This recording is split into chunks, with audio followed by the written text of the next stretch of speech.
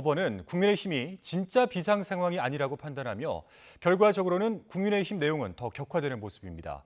이번 내용의 시작이라 할 수 있는 이준석 전 대표의 6개월 당원권 정지 징계부터 지금까지의 과정을 김경수 기자가 짚어봤습니다. 이준석 전 대표가 6개월 당원권 정지 징계를 받은 건 지난 7월 8일이었습니다. 국민의힘은 곧바로 당대표가 업무를 볼 수 없는 사고 상태로 규정하고 권성동 직무대행 체제에 돌입했습니다. 사법부에 해당하는 윤리 결정에 대해서는 수용할 수밖에 없다.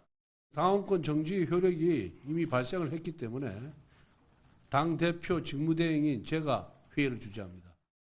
초유의 집권여당 대표 공백이라는 혼란을 딛고 권성동 대행 체제가 자리를 잡는 듯했지만 7월 26일 윤석열 대통령의 이른바 내부 총질 문자가 공개되며 상황은 급변했습니다.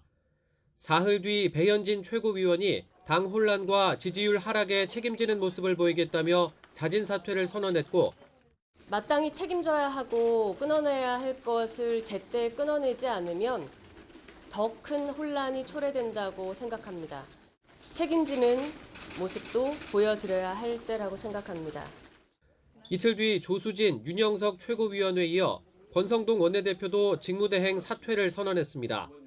당이 비상 상황에 직면했습니다. 이를 돌파하기 위한 특단의 조치가 필요합니다. 현재의 혼란을 극복할 수 있는 현실적 방법은 비대위 체제로의 전환이라는 곧바로 다음 날 의원총회가 열려 비상대책위원회 전환으로 당론을 모았고 하루 뒤 최고위원회도 비대위 전환을 위한 상임전국위원회와 전국위원회 소집을 의결했습니다. 이때 이미 사퇴 의사를 밝혔던 배현진, 윤영석 최고위원이 의결에 참여했는데 아직 사퇴서를 내지 않았다는 게 이유였습니다.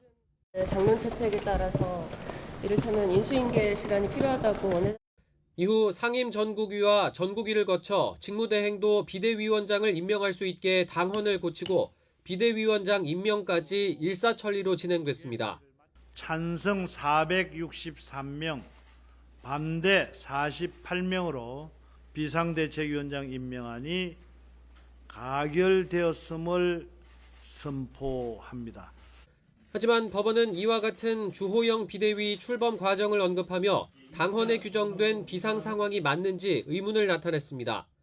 당의 의사결정에 문제가 없었고 최고위원도 얼마든지 다시 뽑을 수 있었던 만큼 당의 기능이 상실됐다고 볼 수 없다는 겁니다. 재판부는 오히려 지도체제 전환을 위해 일부 최고위원들이 비상 상황을 만들었다고 보는 게 타당하다면서 이는 당원 권리를 침해해 정당 민주주의에도 반한다고 결정문에 명시하기까지 했습니다. 하지만 국민의힘은 당이 비상 상황이 맞는데 법원이 정당의 자율적 의사결정에 지나치게 개입한다며 반발하고 있습니다. 비상 상황이 아니라고 했으니까 좀 난감합니다. 본인은 중병이 들어서 아파 죽겠다고 하는데 관계없는 제3자가 당신 괜찮아 안 아파 이런 꼴 아닙니까 이게? 즉각 이의 신청에 나선 주호영 비대위원장은 항고 절차도 밟기로 했는데 당내 혼란을 두고 끝내 정치적 해법을 찾지 못했던 국민의힘은 다시 한번 법원의 손에 당의 운명을 맡기게 될 가능성이 높아졌습니다. YTN 김경수입니다.